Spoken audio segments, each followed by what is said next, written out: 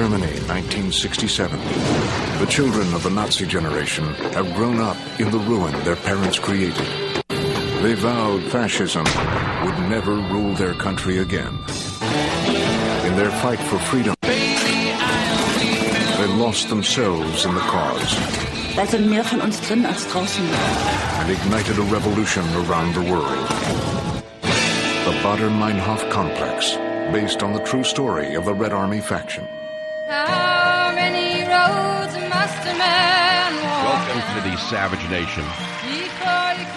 Today is going to be quite an experience for most of you who lived through the 60s. And only I can do it. I'm the only one in the American media with the historical knowledge, the perspective, and I have the ability to tell you the following story. So you heard the opening, didn't you? For the last 2 nights or so, I've been watching a movie on Showtime called the Baader-Meinhof Group. And because I've known who they were, I've tried to tell you about them. I try to tell you that many of the people in the Obama administration, particularly the czars, they're the most obvious, are children of the Baader-Meinhof Red Army faction philosophy, which stems from the Marcuse school. I can trace it even further back than that.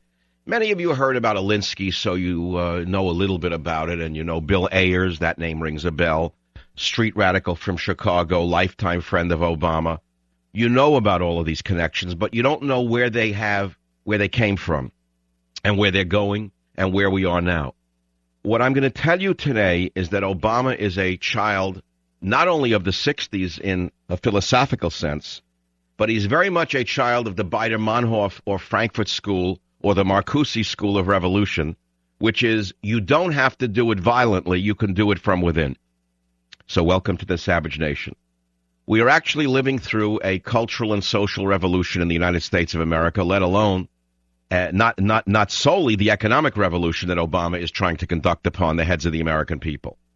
You know that he's conducting an economic revolution where he's taking from the middle to give to the rich. He's trying to shrink the middle class, knowingly doing so in the minds of many, in order to create a two-class society, not a three-class society. The two-class society was typical of the older order of the Soviet states, perhaps not so much today with the third way kind of socialist states that we see that have emerged in Russia and in China. But nevertheless, the old model of the two-class society, the ruling elite, the bureaucracy, the bureaucrats, and the workers. The middle class, of course, has always been the definition of the United States of America. The thing that made us special was the large middle class, most of whom listens to this show. This show is a middle-class show, make no mistake about it. And so I have to go back with you, please. You're going to have to indulge me, because to me, unless you know where we have come from, you'll not really understand where Obama wants to drag this country. Many of you have got an inkling of who he is. Many of you have an inkling of what he's trying to do with the health care, but you don't really understand the bigger picture.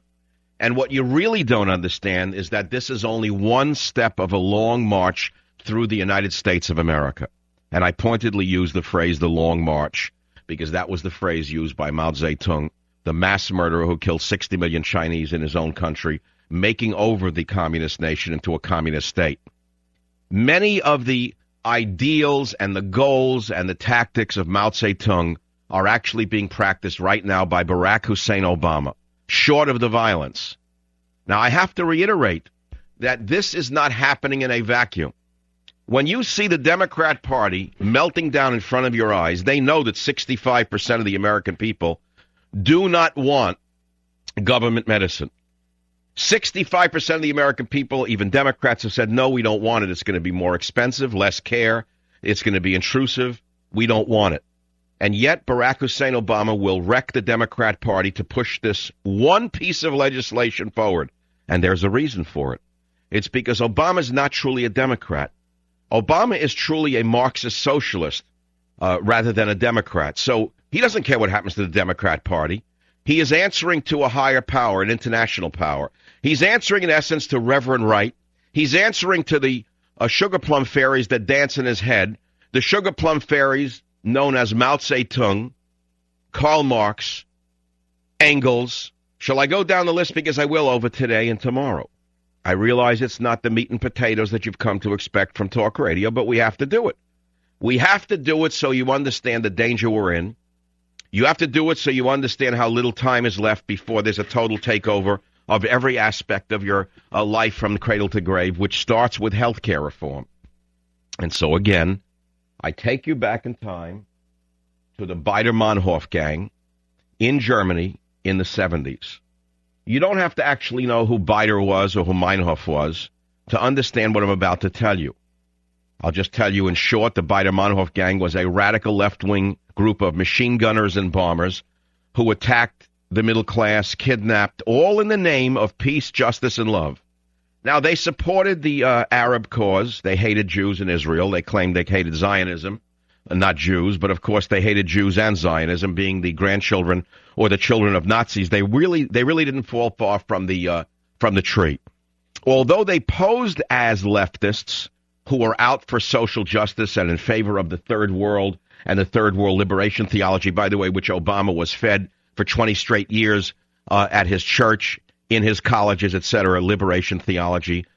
You heard all of that, third world liberation theology. It's exactly what Obama was bred and schooled in. And the Obama-Baader-Meinhof connection is what I want to talk about today. So that when we talk about the health care bill, which is going to come up over and over again, you have to understand how this connects to the radicals going back to the Baader-Meinhof gang, who were influenced by the writings of Mao Zedong and the philosophers associated with what is called the Frankfurt School, and Marxist philosophers such as Herbert Marcuse. Now, many of you have heard of Saul Alinsky and Bill Ayers, but you may not have heard of Herbert Marcuse. Herbert Marcuse was the founder of the Frankfurt School of Marxist theory, and one of the main ideas of the Frankfurt School was that instead of outright revolution and social disruption, the left would allow society to continue providing goods and services and to defend the nation, while they, the left-wing intellectuals, would take charge of education, manipulate the public with media propaganda, corrupt morality through the entertainment industry, and infiltrate government bureaucracy at all levels. Does it sound familiar? This is exactly what Barack Obama has succeeded in doing. He's not the first, but he certainly should be the last in this long line of Marxist revolutionaries who have been in the White House. I would say Bill Clinton was the first. We also know that Obama's childhood mentor, Frank Marshall Davis, was a member of the Communist Party. We know that Obama admits attending, quote, socialist conferences. We know that Obama admits reading Marxist literature. We know that Obama became a community organizer and came into contact with the Democratic Socialists of America, who then endorsed his campaign for Illinois State Senate. And we know that Obama became friends with William Ayers, a member of the socialist group, Students for Democratic Society, which was a violent group, by the way. And yet now Obama has infiltrated government bureaucracy to the highest level of all. The Baader-Meinhof gang used violence to try to achieve socialism, and they failed. They were defeated. But Obama was more faithful to Herbert Marcuse and his plan to infiltrate government peacefully, and he has succeeded beyond his wildest dreams.